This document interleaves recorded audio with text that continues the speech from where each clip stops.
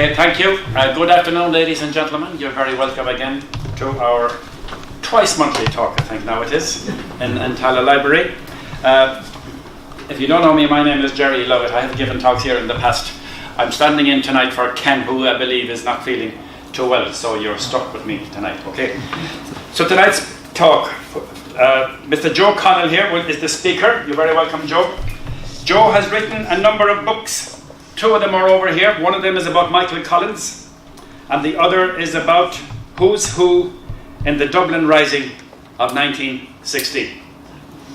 They cost €19 each, but if you buy the two of them, you'll get them for €30. That's what your assistant told me anyway. Okay. And any questions you have, please leave them to the end of the talk. He says he will answer as many questions as you have afterwards. In his younger days, believe it or not, he was in the United States Army in the 82nd Airborne Division, and he was also worked as a lawyer in the United States. So Joe, you're very welcome. Off you go. Thank you very much. Thank you, Terry. Thank you, Ann. I hope you won't think I'm being disrespectful sitting here. There's a very famous American baseball player, Mickey Mantle, once said, if I knew I was going to live this long, I would have taken better care of myself. So that's kind of where I am as I start tonight. We're going to talk about guerrilla warfare and the War of Independence. And the war between 1919 and 1921 has several names. It's sometimes called the War of Independence. It's sometimes called the Anglo-Irish War. It's also sometimes called the Tan War. I generally call it the War of Independence. I don't think those names are different in terms of what I do. Michael Collins described it as being a struggle between two governments, the one proposed by the Irish and the other one, the British one, which was constantly losing ground. The War of Independence really was fought to bring Ireland a native government with its authority from the Irish people. And guerrilla wars are called all kinds of different things. It was mostly guerrilla war during that period of time. Guerrillas can be called regulars or irregulars, they can be called rebels, they can be called insurgents, they can be called terrorists.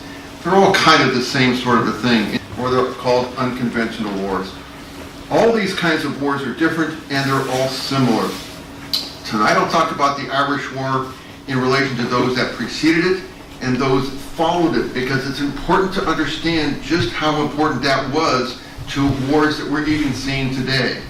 I'll quote military historians, I'll quote other people, but like others in these kinds of wars, the Irish perfected their own kind of strategies and tactics. They did so in relation to the wars that preceded them. Each conflict of this type brings its own unique requirements. Insurgents always modify the previous wars that they had. That's the intent. Always they are looking at the past. But the first wars were guerrilla wars. We think of ancient wars being Alexander the Great on one side of the plain and the Persians on the other. Those kinds of wars didn't exist until there were city-states that could support those armies, feed them, and put them in the field. The first wars were tribal wars, guerrilla wars.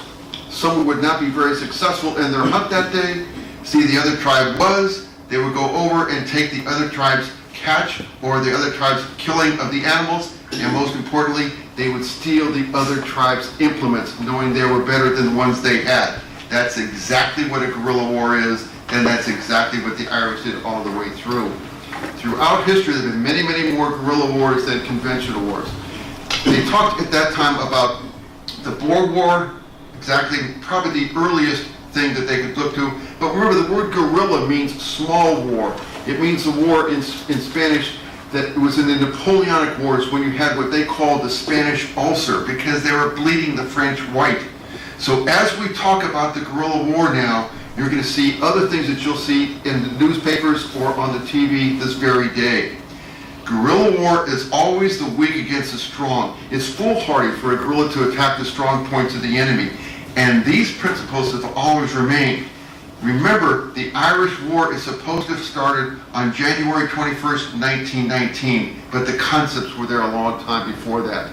In 1847, James Fintan Lawler wrote to D'Arcy McGee and he advised the young Islanders, if the force of England is entrenched and fortified, you must draw it out of a position, break its trained line of march, nullify its tactics and strategy, as well as its discipline. And that's exactly what the Irish did 50 years later in 1919.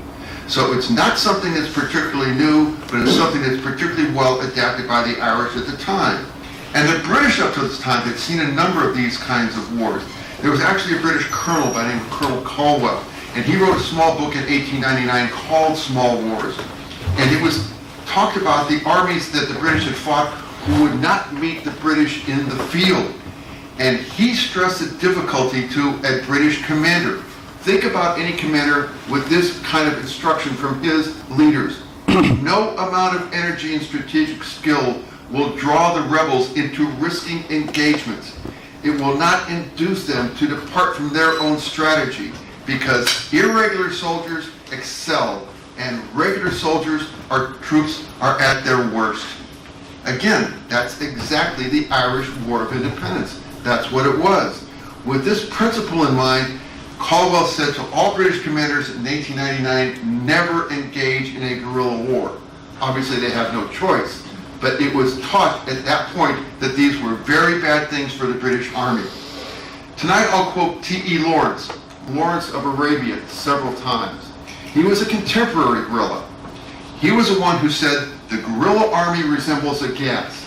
It's able to disperse, to hide as molecules to prevent a counterstrike, but then it's able to coalesce for its own operations. IRA, didn't it sound like that in the War of Independence? They disappeared. Nobody knew where they were. Then they got back together to fight. The Irish War of Independence was a war between the British Secret Service and Collins's intelligence operation in Dublin. A like operation led by Flory O'Donoghue in Cork. It was one of harassment, it was one of reprisal, but political goals are always at the very top. Before we get into the war itself, I want to talk just a little bit about Collins as an individual, because we do him a grave injustice if we just look at him in terms of his wartime experience. I think that he was an administrator extraordinaire. He always said, I'm a soldier, I'm not a politician. I disagree with that. I don't think he was either a soldier or a politician. He was an administrator. And I think we must look at him as a war planner, a strategist, and as a man. He had a great intelligence. He had personal qualities that always defined him. He had the instinct of a visionary. He had the calculation of a strategist, and a very, very fiery temper. All these things are there in just about everything he did throughout the period. He was revolutionary in so many, very many ways. He was always willing to try new, untested, unpopular ideas, which set him aside from the many other people of the period of time. He was also very impatient with anybody, and he was able to run over people who got in his way. He did create enemies, he did create enmities, which also affected him all the way through the War of Independence and up to the lead-in to the Civil War. But to examine Collins in those years, we must look at a very secretive and above all, a very contradictory kind of a man, because that's what he was in all of his activities. After he came back from Frondock prison, he concentrated on organization. He was an administrator. In the GPO, he was the one who walked around taking names in case someone was hurt or was killed. No one else did that. He was thinking in terms of those things all the way through the time. But he was probably most remembered for his intelligence operations. But at the start, he was very much a neophyte. After the uprising, a man by the name of Joe Kavanagh, who was a DMP policeman, went into Richmond jail and said to the soldiers, is there anything I can do to help you? Well, nobody trusted him. Nobody should have. In 1917, he did the same thing, and nobody trusted him because he hadn't been approved yet. In 1918, he was the one who got most of the names who were on the list for what was called the German plot, when so many people were arrested and sent off to Britain. He got that list to Collins, and Collins told them not to go home that night, but of course many of them did. After that, Collins tried to pay him £5, which would have been a great insult to someone to think he was spying for his country for money. So Collins had a lot to learn as he went through it. He was a neophyte at the start, but he got very much better as the time went on. He also ordered many men killed in cold blood. It's not thought that he ever killed anyone himself. But it's also wondered, are those assassinations or are those murders? Because no one really knows exactly how. Even biographers on the same side of Collins don't particularly agree with that. Almost all revolutions start in blood, and the Irish Revolution was no different. But we have our 21st century sensibilities, and we must look at things differently. We must try to look at them from their point of view in 1919, 2021. Both sides, the British and the Irish, continued with what they called tit-for-tat killings. Both sides were equally convinced of the righteousness of their actions. This is how the war was fought. Historical interpretation is always in flux. As we look back on these things from 100 years, we must try to understand the value systems, the mindsets of the people that allow these things to happen. But Collins is the prototype of the urban guerrilla. He wrote the blueprint for subsequent guerrilla operations everywhere. From Malay to Israel, from Cuba to Vietnam to Afghanistan, you can see Collins' fingerprints. Yitzhak Samir emulated Irish, and he used the codename Michael in Israel in those wars. Collins wasn't the only one that helped the Israelis. Captain Swift was probably the best gun runner the IRA ever had at the time. He was extraordinary. And he was the one who taught a man by the name of Vladimir Jabotinsky, who founded the Irgun. He told him how to fight the British in Israel. Captain Swift, well, the IRA knew him as Bob or Bobby. You would know him as Robert Briscoe, TD, Lord Mayor of Dublin. So it's a strange kind of a war that we have going on here. The British learned too. There was a man by the name of Colin Gubbins. He was a low major in Ireland during the War of Independence. He went on to become the training officer for the SOE in the Second World War. He's the one who called Collins the absolute epitome of guerrilla warfare planning. So the British learned it well too after the Irish War. And Collins' plans worked very, very well, but the British continued to make mistakes. And of course, they executed the people after the Rising. They had so many people who were imprisoned after the Rising. They made an additional mistake. They put most of them in Frongog prison, for example, where they could all get together and discuss matters. And then you have conscription in the spring of 1918, where there was an attempt of conscription in Dublin. All of these were mistakes. The British responses were always unimaginative. They were foolish, really. Whole districts were punished for so small actions. The British acted as if all the Irish were opposed to them and were guilty. So they didn't bother ever to differentiate. To be Irish was simply to be guilty.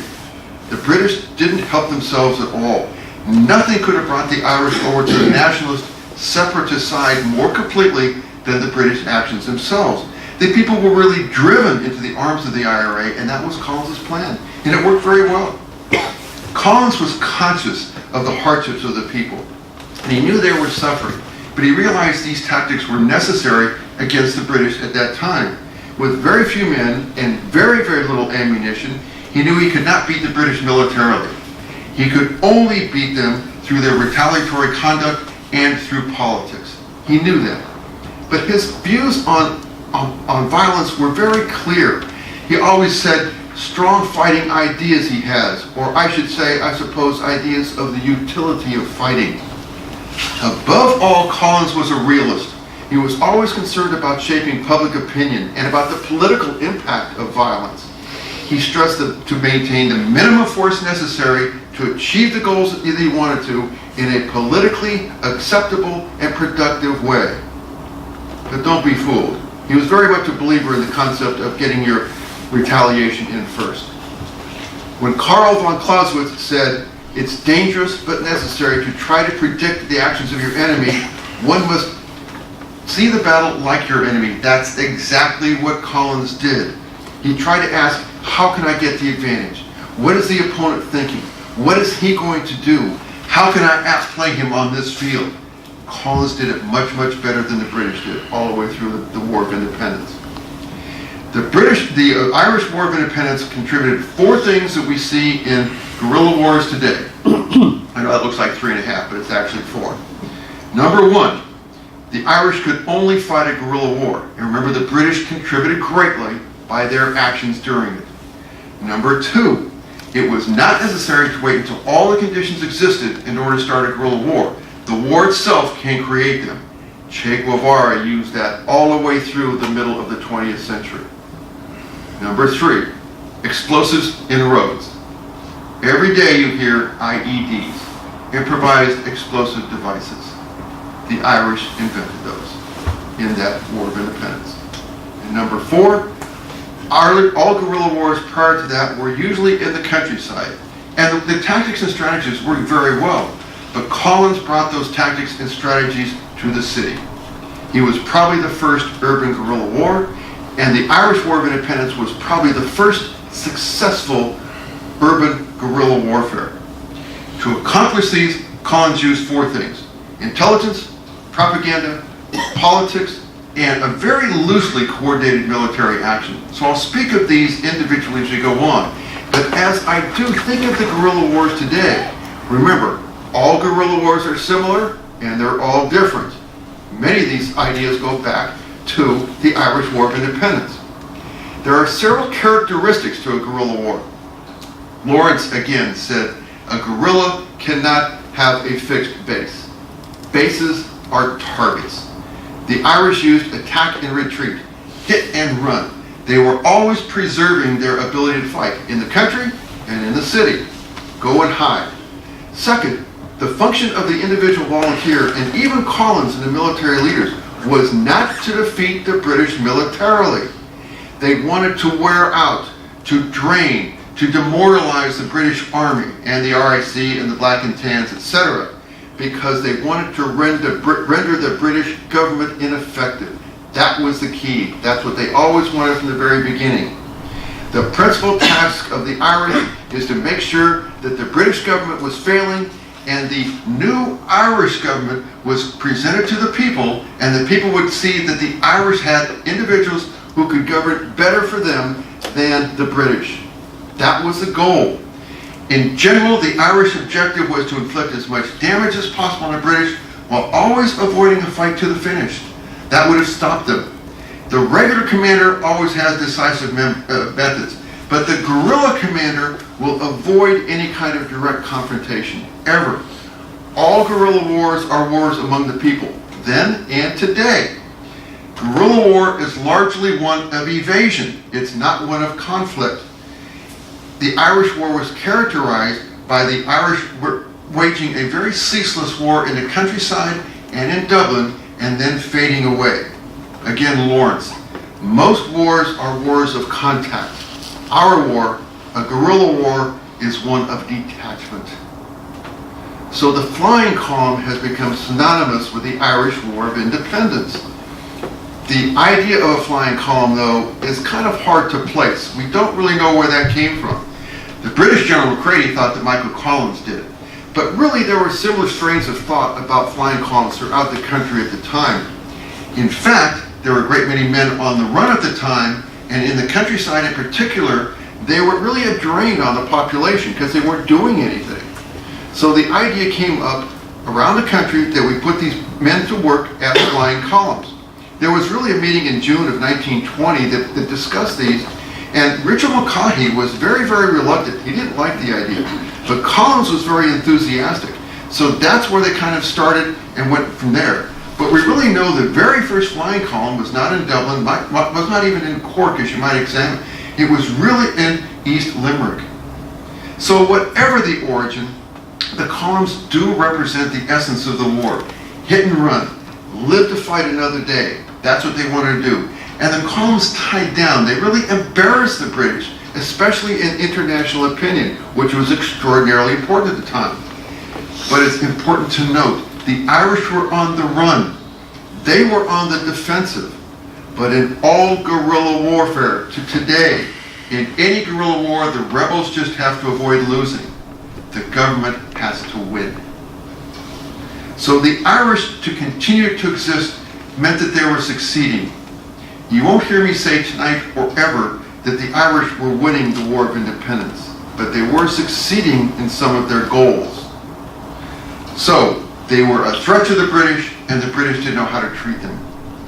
In current worldwide counterinsurgency manuals in the United States, in Britain, in France, and in Russia, insurgencies, guerrilla wars are defined in exactly the same way. A violent competition between a state and a rival political group to control a population, to establish an alternative political order. That's what separates them from bandits. But that also describes exactly the Irish War of Independence. It's there then, 100 years ago, and it's there today. The insurgent challenges the status quo. The insurgent initiates. The counter-insurgent has to reinforce the state and defeat that challenge. The Irish had a great many military leaders that everybody liked. There was McCurtain and Barry and Lynch and all the others that you've heard about. But they also had those political leaders, Eamon de Valera and Arthur Griffith, that the people believed could give them a better government than the one that the British was giving them. That's what they were going for. Fundamental to any guerrilla war is a cause. Mao, in 1938, wrote his book. He called it The Theory of Protracted War.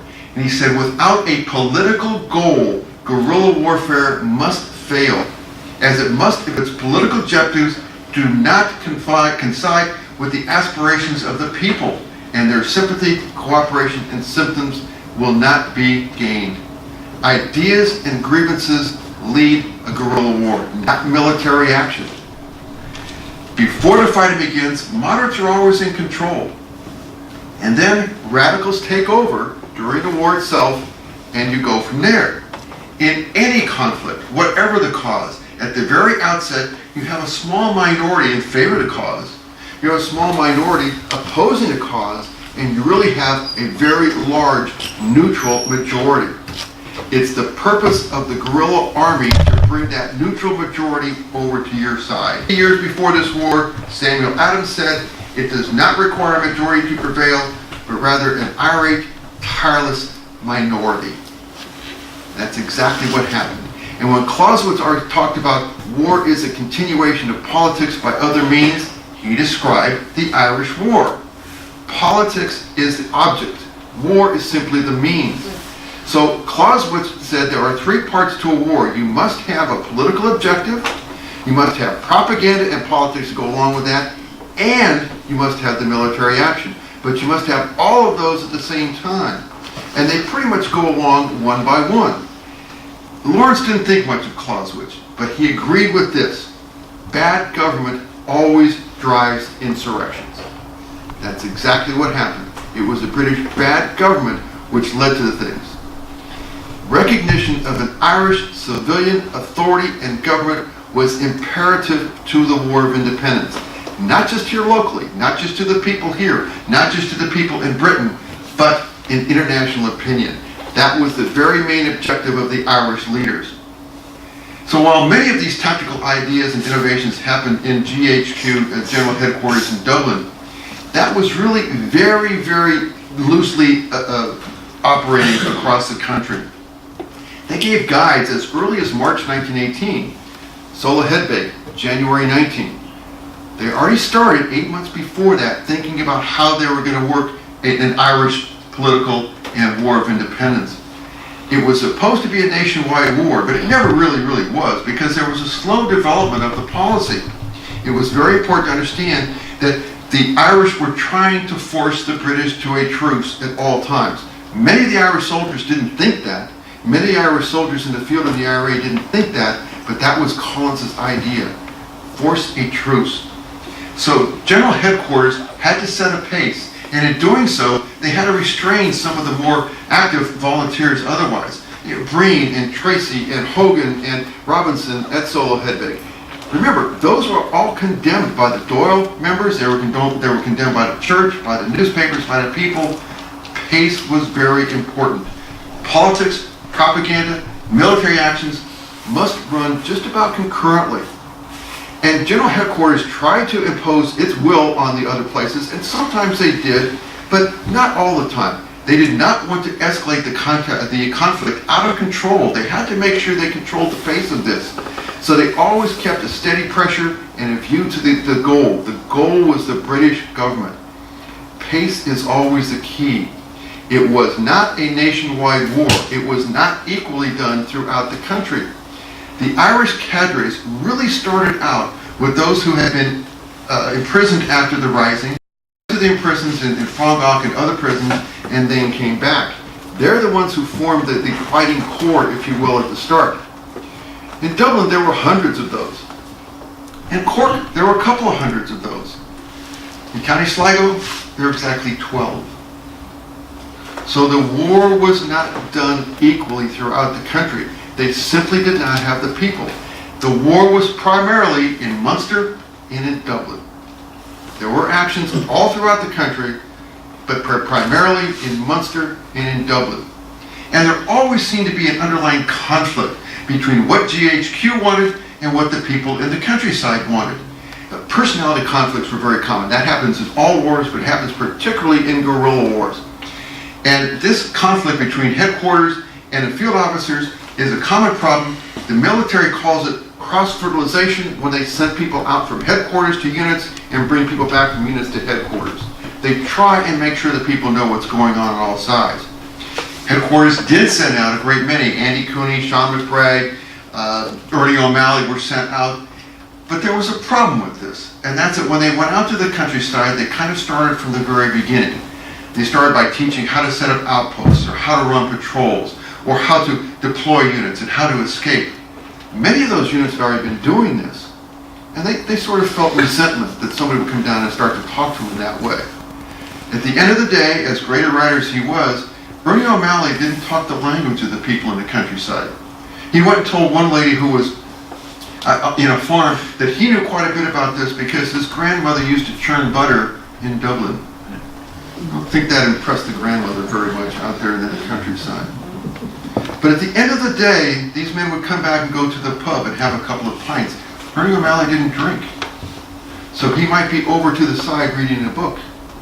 And the book was probably in Greek. So it didn't help. And he also recommended the removal of many of their leaders. Remember, the leaders at the time were mostly elected. You would have somebody in the town who was a very respected person who knew nothing about military, was a separatist, but was probably not a very good military leader. But the replacement of those leaders was very offensive to the people, and it wasn't done very kindly either. So as a result, a lot of this cross-fertilization from general headquarters coming down to the countryside did not work as well as one might expect it to, or certainly as one might hope that it would. And there was frequent disagreement really between tactics and strategy throughout the countryside. And so general headquarters from time to time would bring men up from the country to try and talk things through. In August of 1919, there was a fairly large meeting in Dublin. Remember, this is now about 6 months after the war has begun. And you had Collins and Cahill and Mulcahy who were talking to the leaders of the Munster brigades. They were trying to coordinate our activity. This was Thomas McCurtain, it was Pax Whelan, Liam Keane, it was Humphrey Murphy. These are all the leaders that came up here. And Mulcahy started out by outlining that ambushing was going to be the most important thing that the Irish were going to do. But before any ambush, he wanted them to inform the British that they had a chance to surrender. Defeats the purpose of an ambush. And the people were incredulous when they heard this. They couldn't believe that this is in fact what was going on. So Brua and Mulcahy were insistent. Finally, Collins and the other leaders had a chance to say, this just won't work. But again, you have the idea that you have this conflict between the leaders in Dublin and the leaders in the country. This happened all the way through the war. General headquarters provided really little support in terms of arms to the rest of the country. And there was a major complaint because headquarters would say, you can raid for arms in your local areas. We want you to raid for arms. But purchases of arms, that's our bailiwick. We do all purchasing. Michael Brand of Clare raided a post office in Limerick. He got 1,500 pounds. He came up, he started to buy revolvers. And in fact, what happens was, Collins' agents told him, you are spoiling the market. Stop buying those weapons. Thomas Kedrick, who was from County Mayo, again, raided a post office, got a great deal of money. He went to Liverpool and was trying to buy weapons and explosives to bring them back here. Collins was enraged.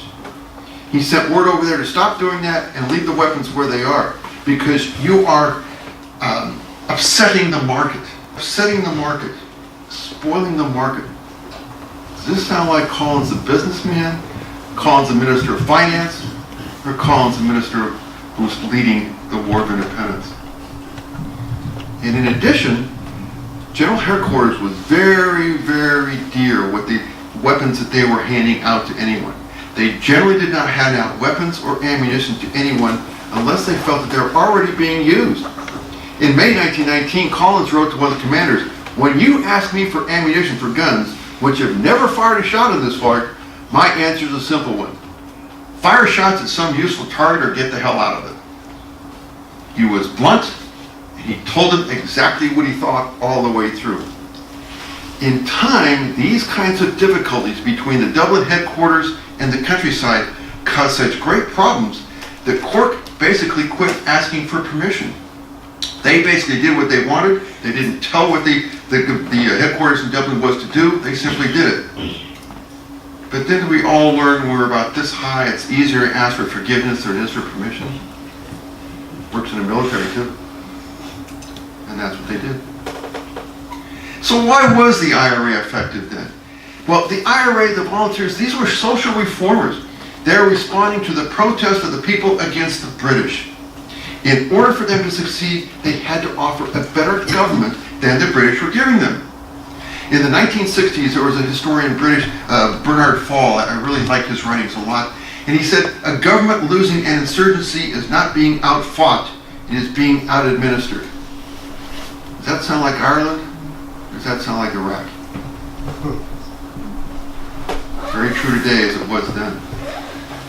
Within the framework of changing the government, there were two things the Irish wanted to do. They had to frustrate the British Army and all of its guises, the RIC, the auxiliaries, the Black and Tans. They had to frustrate them. They weren't going to beat them, but they had to frustrate them, make sure they couldn't lose to them.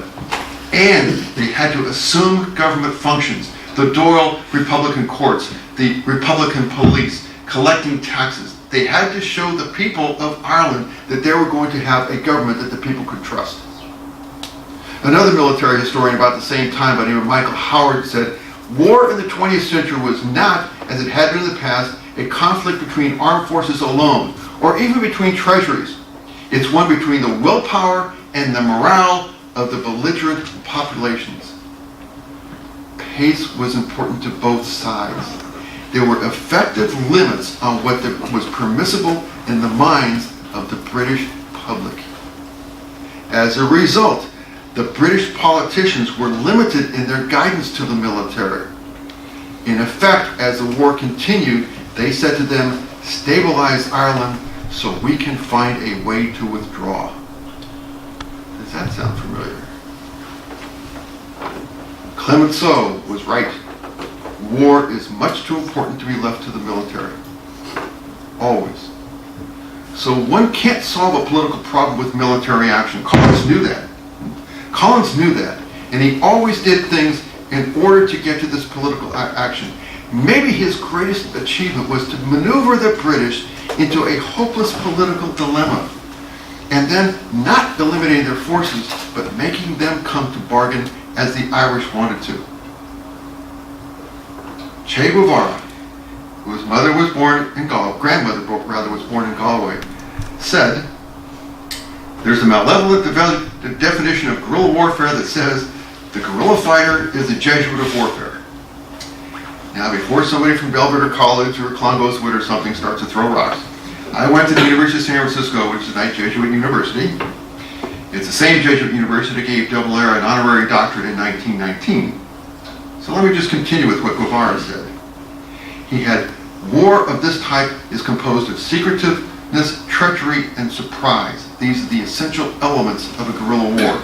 It's a special kind of Jesuitism, naturally prompted by circumstances which necessitates acting in certain moments in ways that are different from the romantic and sporting conceptions which we are taught to believe war is fought. The British always called the Irish contemptible and cowardly and hiding behind walls. Today, there is no military who doesn't hate fighting a guerrilla war for the very same reasons. By its very nature, guerrilla warfare is localized. The soldiers look at terrain, it's all important. For tactics, deployment of troops, sanctuary, and the Irish had a good knowledge of the surrounding countryside, surrounding city, the paths of escape, entry, possibilities of speedy maneuver, all those kinds of things. Local initiative is essential in the country, but in Dublin as well. The basic unit of any guerrilla warfare is the small group. True in Ireland, true today. The flying column, columns of squad. That's what you're looking for. You want to operate in a small group, and you want to make sure the opponent, the British, cannot operate in small group. That's how you militarily bring your forces to bear. So let's look then at some of the characteristics of guerrilla war and how the Irish adapted them. Because despite those variances I talked about between Sligo and Cork and Dublin, there are certain things that are always there. Mobility, choosing the terrain for the combat, avoiding unsustainable casualties, winning the active support of the people. In guerrilla warfare, it's always said, if you can't hide, you can't win. You must be able to get away and escape. At the start, all the ambushes came as a surprise to the British. They thought they controlled everything, and in many senses they kind of did. But because of their control, they thought they would be able to dictate what would happen, when, and where. The Irish had to take that ability away from them. They had to put the British back into their barracks and get them out of the countryside, and that's what they did. And so the Irish followed the usual guerrilla war dicta, really protracted harassment, little subtle, continuous, flexible tactics. They were designed to wear down the British. That's what they wanted to do in the city and in the countryside. The Irish were more variable. They were more flexible than the British. They were able to determine how to operate, and the British had this big military machine they could never really bring to bear. But the Irish tactics were modified and adjusted over and over again, according to the reactions of the British and according to things that worked. The Irish improvised and adapted. They did very well. Again, in guerrilla warfare especially, it said, if it works, it's obsolete. What's the next thing we're going to do? The Irish were able to do that. The British did not. So militarily, they were much better. Very often the Irish have been called amateurs, all the way from the Rising to the War of Independence. But don't sell them short. They had a lot of qualities of stealth, discipline, and integrity, ingenuity, courage. They were very, very good. And when they set up their ambushes, they were very good at setting them up with a site choice and with deployment of their troops, and they knew what the British were going to do. They became very sophisticated, the things we see today. I talk with people in the military today, and you see tactics right now.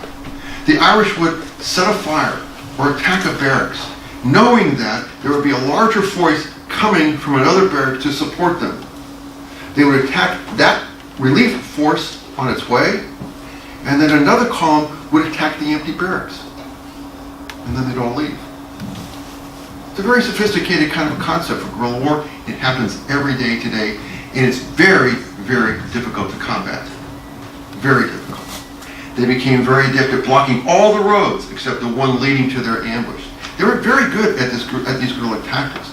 The ambush was used not to kill British soldiers. The primary purpose of the ambush is to take ammunition and weapons. Che Guevara, again, all attacks should recover the amount of ammunition as that expended. The British military would come out with a lorry with 8 soldiers. They would have their ammunition on their persons, but they also had a box of 1,000 rounds of ammunition in the lorry. That was the goal of the Irish, to get that box of ammunition. At the end of the war, the Irish didn't run out of weapons. They ran out of ammunition. They were trying to cut down larger ammunition for smaller weapons, etc. That was extremely important. So the Irish adapted the classic ambush tactics. The attack with surprise and fury, do the most damage possible, escape quickly. The key today, the terms today are speed, violence, and surprise. That's it. That's what the Irish did. But equally important to the planning of any kind of an ambush is the planning of the escape. Hide, come back tomorrow, hit and run, hold on to your weapons, and let's make sure that everybody comes back. That's the key. In 1919, the British were quite mobile. They seemed to be everywhere at the same time. But remember Lawrence. The guerrilla army is like a gas. It disperses, and then it coalesces, and then it disperses again. That's what everybody wanted to do. By 1920, the Irish had forced the RIC back into their barracks. They lost all of their intelligence in the countryside. They were trapped. They knew they were trapped. And that's what the Irish did, because every time they came out, they got attacked, or maybe the barracks got attacked. Guerrilla war in its early stages is particularly resistant to any kind of conventional warfare. At the outset of the war, the Irish tactics were really basic at best. But the British responses were unprepared. They didn't think along this way. They didn't know what to do. Both had a lot to learn, and both did learn, but the Irish learned quicker than did the British. However, at the end of the war, April, May, June, July 1921, the British were starting to overwhelm the Irish. Everything was changing. They simply were going to be able to do something. Remember, by that time they had almost 5,000 IRA members in jail. So the British were starting to change things by that point. Not, in fact, by their tactics, but simply by their size. All guerrillas need the full support of the population. It's vital, absolutely vital. And they must win the support of that local population and consolidate their hold on territory in the city as well as in the country. They have to maintain that support and sanctuary and deny that support and sanctuary to their opponent, to the British in this case. So the Irish were able to exert some control over those sections of society that disagreed with them. As the war progressed, the British began to appreciate that most nationalists had come to look upon the war really as one of British government and a foreign power, and they had to change. In 1921, in April, just before the end of the war, Basil Thompson, who was the Director of Intelligence for the Home Office, said to Lord George, "The country folk who were opposed to the operations of the IRA do not now mind. And although they are opposed to murders, they are in favor of ambushes. They are beginning to be proud of their Irish heroes, in spite of the restrictions imposed by martial law." And some of the British learned it too. A man by the name of A.E. Percival did. Yes, you may have heard of Mr. Percival, or should I say General Percival. He finally wrote, "The rebel campaign in Ireland was a national movement backed by a large proportion of the population and was not conducted by a few hired assassins as was often supposed." Maybe as he often supposed. Over time, the IRA won the hearts and minds of the Irish people. That term, hearts and minds, has become synonymous with guerrilla war. It actually, in a very tangential way, has its relationship because the term hearts and minds was coined by a Gerald Templar in Malay in the 1950s. He was a lieutenant, a very low lieutenant here in Ireland in the early part of the war.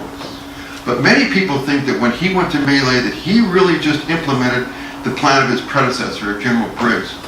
Even when I talk to military people, no one has ever heard of the Briggs plan. But everyone knows hearts and minds. Not just in warfare, but everywhere. Hearts and minds is important. So if you want to be remembered, come up with a catchy phrase. That's what you must do. The Irish War of Independence was the first insurgency with a significant counter-insurgent use of mechanized vehicles. In 1920, there were only 9,000 miles of paved roads in Ireland, including all the cities. Now, there are about 80,000. So consider that difference. The British had military vehicles that they up-armored. They put armor on the side of them. They had military armored cars, and they had a few tanks, mostly armored cars, though, and military vehicles. The use of these in 1920 really changed the Irish tactics. And so the Irish had to change everything they did. Remember, we're talking 1919. We're talking about the British vehicles, many of the wheels of which had wooden spokes. If a vehicle going quickly goes down the road, hits a trench, the wooden spokes break, the vehicle comes over on its side. What the Irish do? They go grab that box of ammunition. But when the British could go slower and see the trenches in the road because their vehicles were up-armored, the Irish had to change tactics. So they began to rely on explosives. The military calls this a force multiplier. How do we increase our ability to do something without increasing the number of people? In the autumn of 1920, the Irish started using these a lot. Between autumn of 1920 and the truce in July of 1921, the British war diaries indicate there were 172 of these kinds of ambushes, and 109 of them used explosive devices of some sort. These are the IEDs. These are the improvised explosive devices that we hear of today. They came from the Irish War of Independence. The Irish weren't the first to use these. The very first explosive device on a roadside to try and kill somebody was Napoleon in 1803. But what the Irish did is they perfected their use and they perfected their manufacture. And for that, we have to remember how the IEDs came about. There was a particular UCD student by the name of James O'Donovan. He changed to Seamus O'Donovan. He actually became the director of chemicals, and he was around as a bomb maker for a long time. He was the one that Collins gave a direction to in 1918 to begin explosives. Remember, 1918, before the war starts, theoretically. And O'Donovan had a fulminate of mercury explosive that was very volatile. This just wouldn't work. So in 1919, Collins wrote him a letter. And he said, we need a better explosive. One that's more powerful, but one that men with no technical skills can produce in a farmhouse kitchen. They have to be fairly foolproof, because we can't have people all over the country having their heads blown off. That was his direction to him in 1919. And O'Donovan developed what he called war flour. He called it that because of the way it looked. And then he developed a thing that he called Irish Cheddar because of its color. He also concocted small chemical things in bottle-sized, hand-sized bottles that were really the first use of chemical warfare and grenades in history. They were used very successfully against the auxiliaries. So the very first attack that we think of with these IEDs was in County Longford. It was under the command of Sean McGowan, and in fact, that's the way they used. But Collins wanted to utilize IEDs as much as he could, but he realized that the Irish didn't have the technical expertise to really use them in the field. So he wanted to make sure that they weren't going to all get blown up, as he said. So they were more ancillary than crucial to the ambushes. But finally they ended up with 11 foundries making IEDs throughout the country, and they were extremely important, and we have them today. This next aspect is very controversial in all guerrilla wars. It's the use of terror as a weapon. Propaganda by the deed. One man's terrorist is another man's freedom fighter. It's often hard to distinguish between terror and guerrilla warfare and sabotage. But we must look at it because it's there. And tactically, its initial and primary purpose is to intimidate the military. For example, throwing a grenade into an RIC barracks or something like that. After that, terror is used in what was called leadership targeting. And that was particularly used in Dublin, killing the DMP policeman. When he wrote his book, Dublin Made Me, Todd Andrews said, assassination, correctly applied by Michael Collins, was the real basis of our relative success. So let's try and distinguish for a second between guerrillas using sabotage, which is an effective method of warfare, and terrorism, which is generally ineffective and it's indiscriminate. Terrorism is a law enforcement issue. It's a military problem. Insurgency, as I said, is a social problem. Terrorists are seen as unrepresentative. They're outliers in society. Guerrillas are the manifestation of social issues. They're trying to change things. Guerrillas resist negotiation. Terrorists resist negotiation. Guerrillas want to get to the bargaining table. Terror, murder, reprisals, bombing, it was used extensively by both sides. And Charles Townsend once wrote, the IRA could win a arson competition easily. Sean Lemass was on the Bloody Sunday raids in Dublin at the end of November 1920. Sean Lemass said, on both sides they did terrible things, and they knew it. Intimidation is the key. Guerrillas must balance persuasion and coercion. Coercion is often necessary in any revolution. The revolutionaries are vying with the government for the loyalty of the people. Hearts and minds. All revolutionaries, and certainly Irish, need assistance, whether it's willing or unwilling. Those who do not wish to help must be intimidated so they don't hinder. Collins said, careful application of terrorism is also an excellent form of total communication. That's a pretty harsh statement. You know, I was in the Army when I was younger, as I was introduced, and one of my heroes is Knut Hansen, who really was one of the heroes of the Norwegian resistance in World War II. He was a brilliant writer, and what he wrote was, warriors deserve our gratitude and support. Wars can bring adventures that stir the heart. But the truth is, war is composed of individual tragedies of grief, waste, and sacrifice. We must remember that in all wars, everywhere, that everyone who was killed is a human being. And they had a lot of trauma that hampered many of them as they continued their lives. The British used unofficial and then they went to official reprisals. They said these were authorized punishments. They called extra legal means of torture, murder, burning of homes, businesses, creameries to restore order. And in May of 1921, Richard Mulcahy wrote to Macalbrua and said, we're going to have formal sanction for our own counter reprisals. But in a way, the British terrorism worked as well. Very often the local town leaders would go to the IRA and they would say, look, we know you can attack a lorry in an ambush, but tonight they're going to come back and burn our homes and our houses and our creameries. We don't want you to do this. We want you to move down the road. And very often the IRA did. It's a difficult thing to talk about. Ronan Fanning, God rest him, he just died a couple of years ago. In a 1975 lecture, it was called Transition from Revolution to Politics. And he wrote, violence will always hold the key to success. Martin Manser, who was involved very much in the North, said, don't imagine for a second that violence doesn't work. It may not produce the results we want, but violence works. We don't like to think of it in that way, but violence does work. As the war progressed, Collins continued to organize and develop more Irish intelligence. The Irish had to perfect their own intelligence. In Dublin, the G Division was neutralized. First he killed some men, and then other detectives stopped helping the Irish. And that happened in the countryside as well. In the country, the IRC, as I said, went back into the barracks. They lost their intelligence contacts. They were very much neutralized. And many of the RIC learned that their contacts did not want any part of them anymore. There was an RIC constable, John Reagan, who once wrote, one day when meeting him, I asked him if he had anything fresh. I'm finished, he said. I tell you I'm finished. These fellows are serious. And if you take my tip, you'll go a bit easy too. That ended my getting information from him and from many others at the time. So they lost their intelligence. The conduct of Collins' war depended upon intelligence. With all their faulty judgments, the British intelligence was most important for me. Collins told Eamon Roy, I'm a builder, not a destroyer. I get rid of people only when they hinder my work. It's true. And he did that. But he warned the detectives not to do it, or they would suffer the consequences. If they didn't stop their activities, they paid the price. Maybe intelligence was Collins' greatest contribution, really.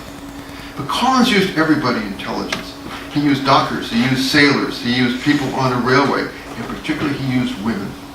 I always want to write about women in my books. I always try and put women at the fore because I think they've been neglected. And their activities were extremely important. Molly O'Reilly, she was only 15 years old in the Rice, continued her activities afterwards in the War of Independence, and then she went to jail, of course, in the Civil War. But she went to work in clubs, in the United Club in Dublin, right off of St. Stephen's Green. And when the British officers would come in, she would go through their pockets and collect every bit of pocket information she could from them. If they come in and they have too much to drink, she would take their weapons and their Sam Brown belts because they'd forget they put them in the first place. Moya Llewellyn Davies was a great driver. That was very uncommon time for anybody to know how to drive. Many times in the company of Leslie Price, who married Tom Berry, and they were always taking weapons. Linda Carnes was a nurse. She opened a nursing station in the Rising, and then she smuggled weapons all during the War of Independence. She was captured one time smuggling weapons, and then she had one of the most famous escapes from Kilmainham jail, really. The women of the period were absolutely invaluable. Not only to Collins, but to everybody everywhere. To Flory O'Donoghue especially, and he ended up marrying one of the people down there. But women were extremely important. Even today, military intelligence has 4 parts: acquisition, analysis, execution, and counterintelligence. It did then. What is acquisition? All of our kids now will tell us satellites. Our phones are all tapped. Oh, that's true. But the best intelligence now and then is what's called human intelligence. What was it then? It was a young lad selling newspapers in front of Dublin Castle who would come in and report that there's some new British here with collar taps that I don't recognize. Who are these guys? Why are they bringing a new regiment over here? It was a lady selling meat pies to the black and tans, because one of them would come to her and say, Mrs., you had the best pies. I sure hope they have these in Limerick. We're going there tomorrow. That's intelligence acquisition. It was extraordinarily important, and it is now. In Cork, again, Flory O'Donoghue ran an intelligence operation that rivaled Michael Collins' up here in Dublin. And they basically knew, and they told everyone, intelligence is extremely important, so everyone was reporting intelligence to them. Intelligence came into Collins from the city, he sent it out to the countryside. It came back from the countryside to him. So I've talked about military goals, politics, and intelligence, and the last of our quartet really is propaganda. All guerrilla armies need a propaganda. Lawrence again said, the press is the greatest weapon in the armament of the modern commander. A little later, in the Civil War, Eamon de Valera said, the newspapers are, as usual, more deadly to our cause than machine guns. Propaganda is extremely important and reliant on legitimacy. If the British forces could show the Irish were incompetent and could not have a government, they could win international opinion. The Irish did better. The Irish showed the international opinion that they could run a government. And all propagandists today, then, they all use partial facts. That they all kind of combine things as very cleverly disguised bias. But John Paul Sartre once said, words are loaded pistols. Aim carefully and make each one of them count. There was a lady who worked at the Irish Bulletin which was the primary propaganda unit for the Irish. Her name was Kathleen McKenna. She said, each evening I crossed the city to a place known as the Dump, over Mansfield's boot shop in McConnell Street, then to another office of Michael Collins in Berry Street, then at Parnell Street, then to Devlin's, and I always collected documents to use in the compilation of the bulletin the next day.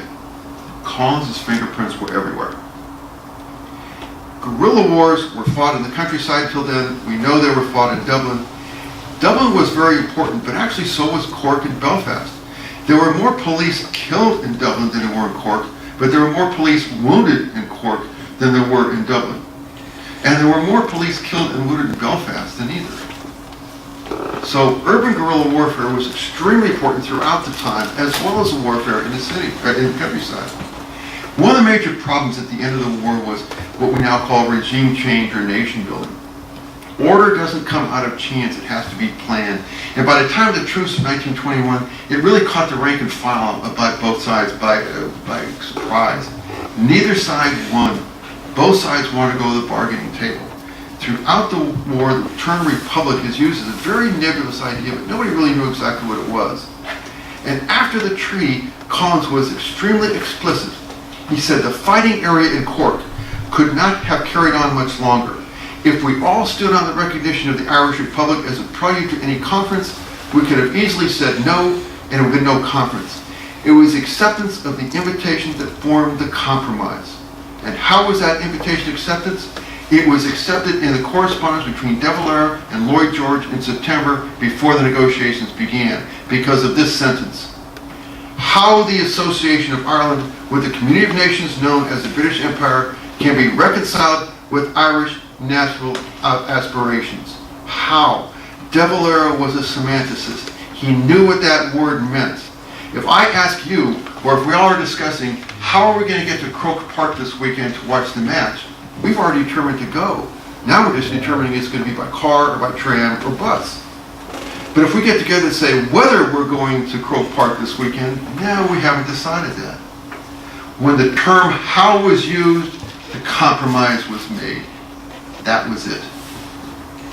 Some of Collins' key contributions to guerrilla warfare were the degree to which he developed intelligence. Intelligence drives operations. In modern intelligence and military parlance, Collins really used what's now called predictive intelligence and ops intel fusion. He was way ahead of his time. He knew that guerrilla warfare could be brought to the city, and that was extremely important for him. He brought IEDs to the counter the mechanization of the British Army. And Collins really preferred strategies of provocation to make the British act in certain ways, and then exhaustion to convince the British to leave. And that's exactly what guerrillas do to this day. What set him apart really from other guerrilla fighters was always thinking not just of war, but of peace and how to achieve it as quickly and as advantageously as possible. He really took revolutionary strategy to a different level. His genius was to recognize and exploit the British shortcomings. He outworked and he outwitted the British intelligence. Of the War of Independence, Collins wrote, "We took as much of the government of Ireland out of the hands of the enemy as we could, but we could not grasp all of it.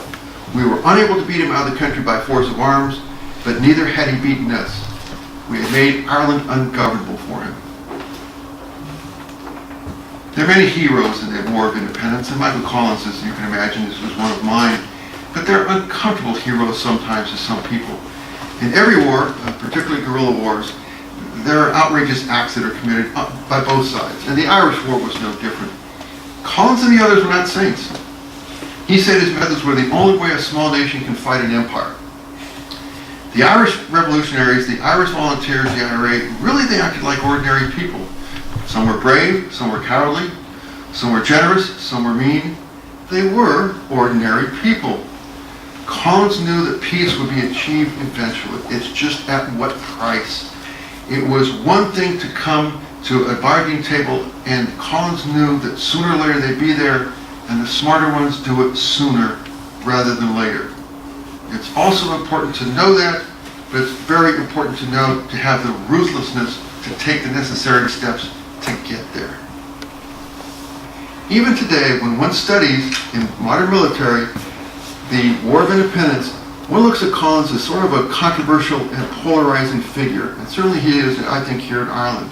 It's a supreme irony to me that this man who really planned guerrilla warfare in Ireland would be killed in a guerrilla ambush by his former comrades in his own county. But if success can be defined as doing more with less, then I think Collins can really be counted as among the great guerrilla leaders of the 20th century, and certainly the great guerrilla planners of the 20th century. Charles Townsend, again a fine historian, wrote of Collins that the IRA showed a natural grasp of the political and psychological bearing of guerrilla warfare in conjunction with modern publicity techniques. Collins knew the gun to be but a propaganda weapon, its power of description a headline, its detonation a slogan. Since the very time that Collins went off to Dublin in 1906, he carried a pocket notebook. Carried it, wrote things down. He was noted for it. The very last words on the day he died that he wrote in that pocket notebook were, "The people are splendid." And you are. And thank you for inviting me tonight. So anyone wants to ask any questions, speak now or forever hold your peace. Any takers? Sir. Go. Thank you very much indeed for a very interesting lecture. Your attention to detail is really impressive, and your analysis of same is very thorough. You mentioned Michael Collins relying heavily on military intelligence and its usefulness and so on. I understand as well, though, that he suffered quite a bit from the work of informers, which undermined to some extent a number of his operations, and particularly in Cork with regard to Tom Barry and so on. Would you care to make a comment on the use of informers by the British? Let me go back just to the very outset of your question. Thank you for your comments. Let me go back to the outset of your question. Michael Collins relied heavily on both military and civilian intelligence. Ned Roy, who we all know was in the movie Michael Collins, and we see him and we know him from his activities, he represents, in a sense, civilian intelligence, the police department and that sort of thing. He was extraordinary in what he did. He collected the information, took it, gave it to Collins and that sort of thing. You've heard of Ned Roy. You haven't heard of Lily Murnan. You might have heard of Lieutenant G. Lieutenant G was working in the military offices, and Lieutenant G got all the information, for example, for Bloody Sunday. She was very involved. I gave myself away there a little bit. Lieutenant G was not a man. That was Lily Murnan. She did exactly the same thing that Ned Roy did on the military side.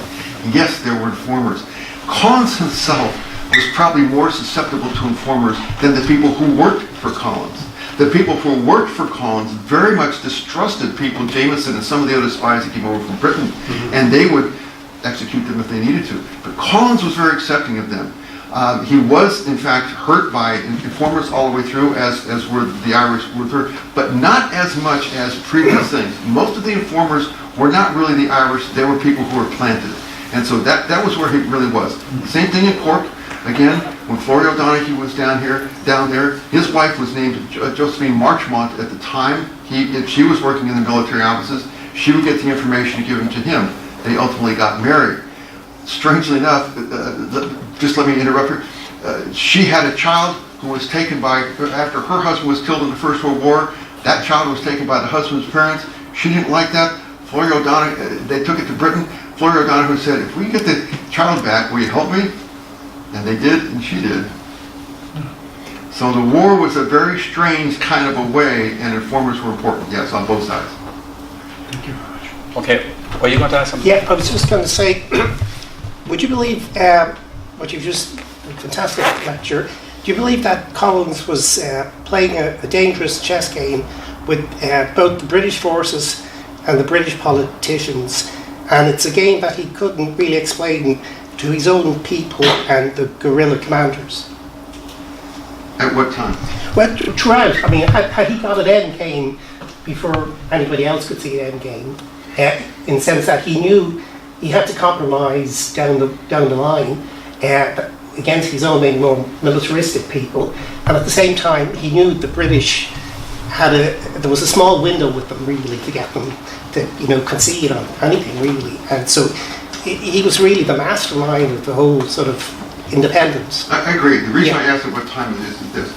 Yes, you're correct in War of Independence, but that's really, really clear in the period between January 1922 and his death in August of 1922. He was dealing with the anti-treatyites. He was trading weapons with them. He was trying to attack the North. He was involved in his ears into attacks in the North to try and bring about a war up there. He was not telling anybody down here he was doing that. He didn't tell the cabinet that. The cabinet disagreed with that. He was telling all kinds of people all kinds of things.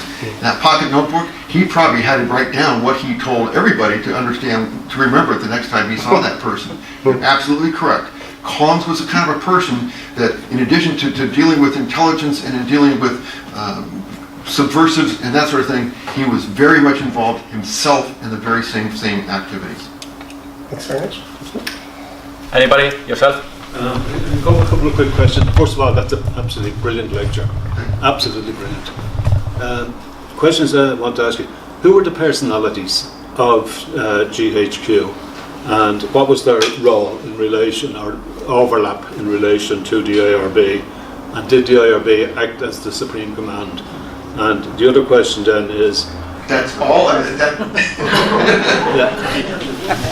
Sorry, the other question then was in relation to Collins' role after the negotiations of the treaty were agreed.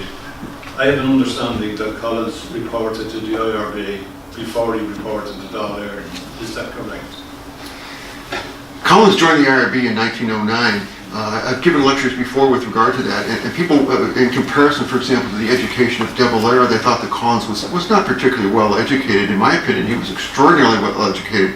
If you define education as preparing you for the rest of your life, he was extraordinarily. He went to school with a man in Clonakilty who was a member of the IRB. His father was a member of the IRB. After school, he went down to Dennis Santry, who was the blacksmith in the town at the time, who was a member of the IRB. Remember, a young kid in 1900 going to a blacksmith after school. This is like the greatest place in the world to get all kinds of stories.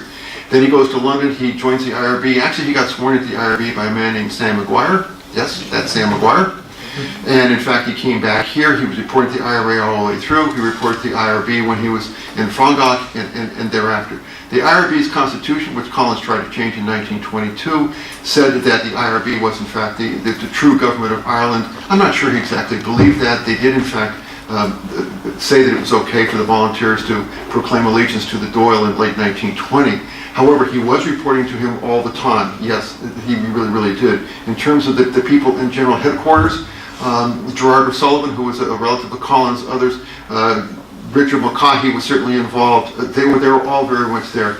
Yes, they became very involved, but the big things were between Mulcahy and Collins. Let me mention something too, because I think we often talk about what is known and what is not known and that sort of a thing. If I asked you two statements that Collins made that you might have heard of, it would be freedom to achieve freedom, and the treaty gives us a chance to achieve the ultimate freedom kind of thing. It's a stepping stone. But you also would have heard something else, and that he signed a letter and said, "Today I signed my death warrant," when he signed the treaty. Mm-hmm. That phrase comes from a book. Comes from a book that came out in 1958 by Rex Taylor. He said that letter was written to a man named John O'Kane, who was living in a London suburb at the time. There is no John O'Kane in the 1911 census. There has never been a John O'Kane in any Dublin or London directory. No one has any idea who this John O'Kane is. No one has ever seen those letters. No one has any idea where this went. There is speculation to this day that John O'Kane is a pseudonym. Some people think that maybe John O'Kane was writing letters all the time to his fiancée, Kitty Kiernan. But some people think that John O'Kane was the IRB. I don't know, but it makes sense because he was reporting to the IRB all the time. When he came back to Dublin the very weekend before the treaty was signed, he had meetings with the IRB, actually came to the cabinet meetings late because he was reporting to the IRB. So the IRB is extremely important, kids. Does that answer your questions? Did Collins order the execution of Wilson? When I was introduced to someone with a military background and somebody with a legal background.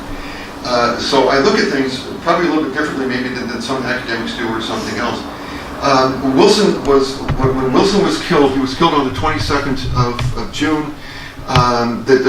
The Constitution had been passed on the 16th of June. Wilson was extremely involved in the pogroms up north. There was no doubt about that. He had been involved all the way through. He really was extraordinarily. He proposed to the cabinet, for example, in the War of Independence, to get a list of all the, quote, Sinn Féiners in the neighborhood, put them on a church door, and anytime there's any kind of an outrage, we'll pick 5 on the lot and we'll just shoot them. Those kinds of things were Wilson's ideas. Wilson was horrible in terms of that sense.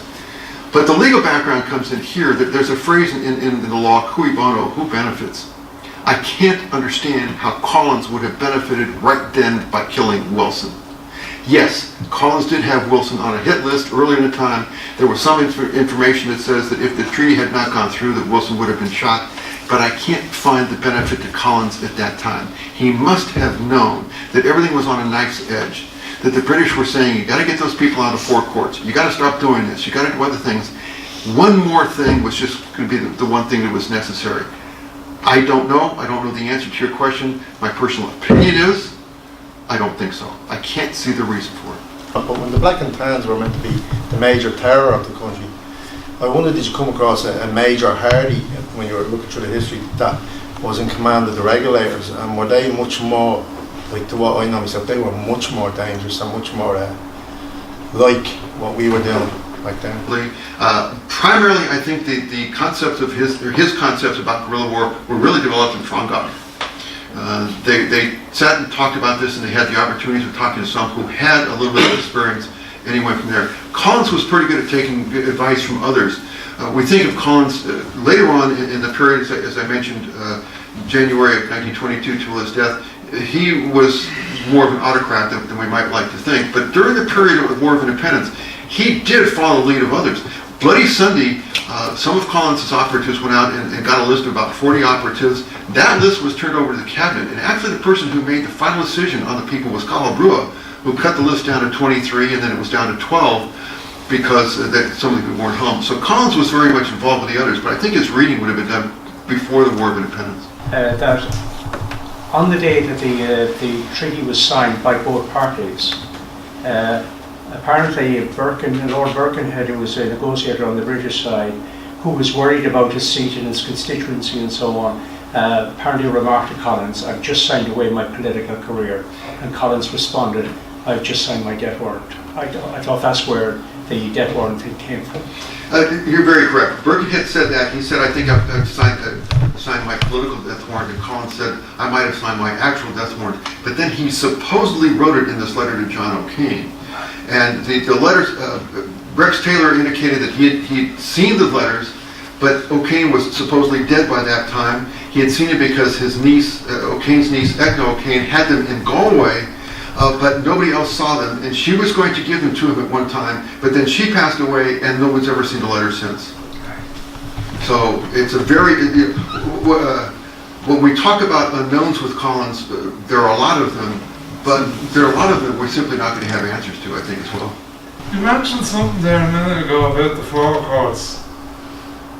I have a cousin that works there in the forecourts called Laura Hogan. Do you know who? No, I don't. Sorry. No. The forecourts, of course, was taken in April of 1922. They stayed there. Collins was trying to negotiate with them. He was trading weapons with them in the forecourts. They were taking the weapons that Collins got from the British. That were traceable. He would give them the weapons in the forecourts. and they would give him back old weapons, which then he would send up to the north. I mean, it was a very convoluted kind of a thing that it was extremely risky. If the British ever find out about this, and they did really they couldn't prove it, but they found out about this. Collins one time asked for 10,000 weapons and hand grenades and some landmines in May of 1922, and McGrady said, don't give him that. Those are not the weapons of defense. Those are the weapons of offense. And why does he need these sorts of things? He was sending them to the north. So the Four Courts was extremely important, and it is, just as we look at Sola Hedbeg on the 21st of January being the start of the War of Independence, the Four Courts is looked upon as the start, if you will, of the Civil War, and neither one, yeah, if you're looking for a specific date, that's fine, but the war had other aspects. Both of those wars have other aspects to them. Okay, I think we call a halt there. Thanks again, Joe, very much for a magnificent lecture. Finally, you're all members of the Tallaght Historical Society, whether you like it or not, apparently, okay? There is a little cash box there at the back. If you want to make a small donation on your way out, it would be greatly appreciated. So good night, and thank you all very much for coming.